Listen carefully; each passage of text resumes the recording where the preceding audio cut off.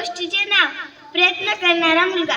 एक छोटंसं गाव असतं. त्या गावामध्ये दोन मुलं राहायचे. ते दोघं मित्र होते. एकाचं नाव होतं रामू आणि एकाचं नाव होतं शामू. एके दिवशी रामू शामूला म्हणाला, तू सगळं माझंच बघून काय करतो? नंतर शामू म्हणतो की तू तर माझा मित्र आहे, तर तू जे करतो मला असं वाटते की तू जे करतो ते तू चांगल्यासाठी करतो, म्हणून मी तुझं बघून करतो आणि जे तू करतो ते मी बघून जेव्हा करतो तेव्हा माझं पण काहीतरी यशस्वी होतं आणि तुझं पण होतं, असं तो म्हणतो.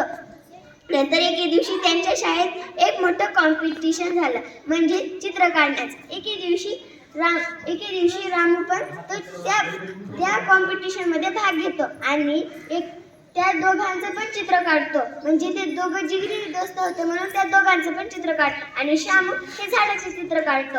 तर रामूला ते त्या कॉम्पिटिशनमध्ये जिंकवतात. नंतर रामू खूप खुश होतो आणि शामू म्हणतो की मी तर झाडाचं चित्र इतकं छान काढलं, पण मला तर नाही निवडलं आणि तुला कसं निवडलं? नंतर तो म्हणाला की आपण तर दोघे जिगरी दोस्त होतो, म्हणून मी तुझं आणि माझं काढलं, म्हणून त्यांनी निवडलं असेल.